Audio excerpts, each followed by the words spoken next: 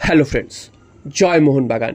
প্রথমেই চলে আসি জুনিয়র টিমের কথায়। আজকে জুনিয়র টিমে অর্থাৎ আন্ডার 17 টিমের খেলা ছিল রিলায়েন্স ফাউন্ডেশন ইউথ টিমের সাথে। সেখানে আমাদের ছেলেরা কিন্তু 3-1 গোলের ব্যবধানে ম্যাচটা জিতে যায় এবং এই জয়ের ফলে মোহনবাগান অনেকটাই কিন্তু এগিয়ে গেল বলা যায়।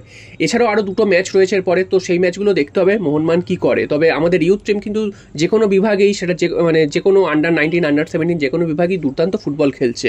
আর মোহনবাগানের কিন্তু জুনিয়র টিমের কিন্তু আরও একটা টুর্নামেন্ট বাকি রয়েছে, সেটা হচ্ছে নেক্সট জেন কাপ, যেটা ইংল্যান্ডের দল, সাউথ আফ্রিকার দল এবং ভারতের দুটো দল খেলে। তো সেই টুর্নামেন্টে আমাদের মোহনবাগান কী করে সেটা কিন্তু আমাদের নজরে থাকবে। এরপর চলে আসি আরও একটা ভালো খবর, সেটা হচ্ছে আজকের বর্ষসেরা সব প্লেয়ারদের পুরস্কার দিচ্ছে মানে ভারতীয় ফুটবল ফেডারেশনের তরফ থেকে। তো সেখানে আমাদের মোহনবাগানের দুজন প্লেয়ার নির্বাচিত হয়েছেন। একজন অবশ্যই বিশাল কায়, তিনি দুর্দান্ত পারফরমেন্স করেছেন এবছর। তাকে তো সেরা গোলকিপারের পুরস্কার না দিয়ে অন্য কারোকে তো দেওয়া যায় না, তো এটা সবারই জানা ছিল, তিনি পাচ্ছেন সেরা গোলকিপারের পুরস্কার। তো সেরকমটাই কিন্তু হয়েছে, বিশাল কায়েতকে সেরা গোলকিপার, বর্ষসেরা গোলকিপার হিসাবে নির্বাচিত করেছে এআইএফএফ।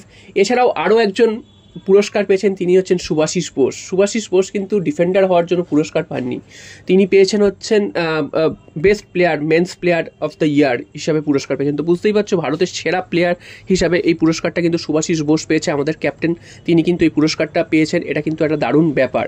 এবং এছাড়াও কিন্তু আর যে বাকি পুরস্কারগুলো, তার মধ্যে কিন্তু খালিদ জামিলকে বেস্ট কোচ হিসাবে নির্বাচিত করা হয়েছে। অবশ্যই খালিদ জামিল বেস্ট কোচ, ভারতীয় কোচ, তিনি নির্বাচিত হয়েছেন, এটা কিন্তু একদম প্রাপ্যতার, সেটা কিন্তু বলাই যায়। এছাড়াও কিন্তু best promising player of the ইয়ার যিনি হয়েছেন, তিনি হচ্ছেন ব্রাইসন ফার্নান্ডেজ গোয়ার। দুর্দান্ত ফুটবল খেলেছেন, মোহনবাগান ইস্টবেঙ্গল দুজনের বিরুদ্ধেই গোল করেছেন এবং গত ম্যাচেও মোহনবাগানের বিরুদ্ধে তিনি গোল করেছেন সেমিফাইনাল ম্যাচে। সব মিলিয়ে কিন্তু এবার কিন্তু দুর্দান্ত মোহনবাগানের পারফরমেন্স হয়েছে এবং মোহনবাগানের প্লেয়ার হিসেবে দুজন কিন্তু পুরস্কার জিতে নিয়েছেন, এটা কিন্তু একটা দারুণ ব্যাপার। এরপর চলে আসি অবশ্যই সেই ট্রান্সফার মার্কেটের খবরে। তো ট্রান্সফার মার্কেটের খবর আসলে কিন্তু মোহনবাগানের খবর আসবেই, কারণ মোহনবাগানই কিন্তু ট্রান্সফার মার্কেটের রাজা। তো ট্রান্সফার মার্কেট খোলা মানে মোহনবাগান নিয়েই খবর চারিদিকে, এবং গত 3-4 দিন 5 দিন ধরে তো মানে প্রচুর খবর আসছে স্বদেশি বিদেশি প্লেয়ার নিয়ে। তো কেউই যে এখনও কনফার্মলি কিছু বলতে পারছে সেটা কিন্তু একদমই নয়। বিভিন্ন খবর যখন ভেসে আসছে সেই নামগুলো কিন্তু বলে দেওয়া হচ্ছে। তো এই নামগুলো যে নতুন কিছু তোমাদের বলবো তা কিন্তু নয়, পুরোনো নামগুলোই খালি বারবার ঘুরে ফিরে আসছে। গতকাল রোশন সিংয়ের কথা বলেছিলাম, যে রোশন সিংকে মোহনবাগান আগে অ্যাপ্রোচ করলেও এখন কিন্তু রোশন সিংয়ের প্রতি আর মোহনবাগানের আগ্রহ নেই, কারণ বেঙ্গালুরু এফসি বিরাট পরিমাণে ট্রান্সফার ফি চাইছে, যেটা আমাদের মোহনবাগান ম্যানেজমেন্ট তারা কিন্তু দিতে আগ্রহী নয়। মাত্র 1 বছর যার এখন মানে কন্ট্রাক্ট রয়েছে, সেই তুলনায় যে ট্রান্সফার ফিটা তারা দাবি করছে সেটা কিন্তু যথেষ্ট বেশি। সে কারণে মোহনবাগান ম্যানেজমেন্ট রোশন সিংয়ের ওপর থেকে ইন্টারেস্ট হারাচ্ছে। আর মোহনবাগানের মেন চাহিদা কিন্তু একজন সেন্ট্রাল ব্যাক, ভারতীয় সেন্ট্রাল ব্যাক। তো সেই ভারতীয় সেন্ট্রাল ব্যাকের নজরে মোহনবাগান রয়েছে। অবশ্যই মেহতাব সিংকে মোহনবাগান এর আগেও টার্গেট করেছিল, তোমাদের কিন্তু নিউজে জানিয়েছিলাম। তো এখন কিন্তু আবার তার নামটা জোরালো হচ্ছে। মেহতাব সিংকে কিন্তু যে কোনো প্রকারের নেওয়ার চেষ্টা করছে মোহনবাগান। মেহতাব সিংকে যদি মোহনবাগান নিতে পারে, সেক্ষেত্রে কিন্তু ভারতীয় সেন্ট্রাল ব্যাক একটা যদি সই করাতে পারে, তাহলে কিন্তু মোহনবাগানের ডিফেন্সটা অনেকটাই শক্তপোক্ত হবে। এবং যেহেতু টম অলড্রেডকে ছেড়ে দিচ্ছে, সেক্ষেত্রে মোহনবাগান কিন্তু দ্বিতীয় কোনো আর বিদেশি ডিফেন্ডারকে নেওয়ার কথা নাও ভাবতে পারে। যদিও এসিএল আছে, এসিএলের জন্য আলাদা প্ল্যানিং করতেই পারে, সেটা বলছি না।